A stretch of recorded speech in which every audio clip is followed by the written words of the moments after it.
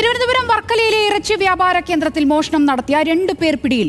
മറ്റൊരു കേസിൽ പിടിയിലായവരെ ചോദ്യം ചെയ്തതിനിടയിലാണ് വർക്കലയിലെ മോഷണം നടത്തിയതും കൊല്ലം സ്വദേശികൾ തന്നെയാണെന്ന് തിരിച്ചറിയുന്നത്. സ്ഥാപനത്തിലേക്ക് സാധനങ്ങൾ എത്തിക്കുന്ന വാഹനത്തിന്റെ ഡ്രൈവറും സുഹൃത്തുമാണ് അറസ്റ്റിലായത്.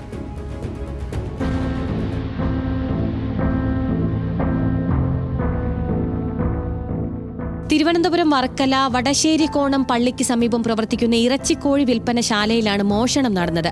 കടയിലേക്ക് ഇറച്ചിക്കോഴികളെ എത്തിക്കുന്നത് പുലർച്ചെയാണ്. അതുകൊണ്ട് തന്നെ സ്ഥാപനത്തിന്റെ താക്കോൽ ഇവിടെ തന്നെ സൂക്ഷിക്കുകയാണ് പതിവ്. ഉടമയുടെ അഭാവത്തിൽ ലോഡ് ഇറക്കിയ ശേഷം ഉള്ളിൽ സൂക്ഷിച്ചിരുന്ന പണവുമായി മടങ്ങുകയാണ് പതിവ്.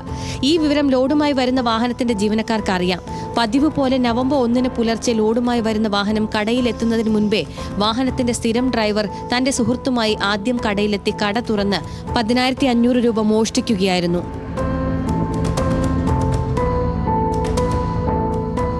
വർക്കല പോലീസ് മോഷണ കേസിൽ അന്വേഷണം നടത്തി വരികയായിരുന്നു. ഇതിനിടെയാണ് മറ്റൊരു മോഷണ കേസിൽ ഇതേ മോഷ്ടാക്കളെ പാങ്ങോട് പോലീസ് അറസ്റ്റ് ചെയ്യുന്നത്.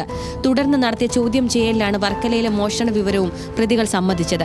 കൊല്ലം സ്വദേശികളായ അഫ്സൽ, റാഷിദ് എന്നിവരാണ് ചോദ്യം ചെയ്യലിൽ കുടുങ്ങിയത്. വർക്കല പോലീസിന് കൈമാറിയ പ്രതികളെ കോടതിയിൽ ഹാജരാക്കി റിമാൻഡ് ചെയ്തു.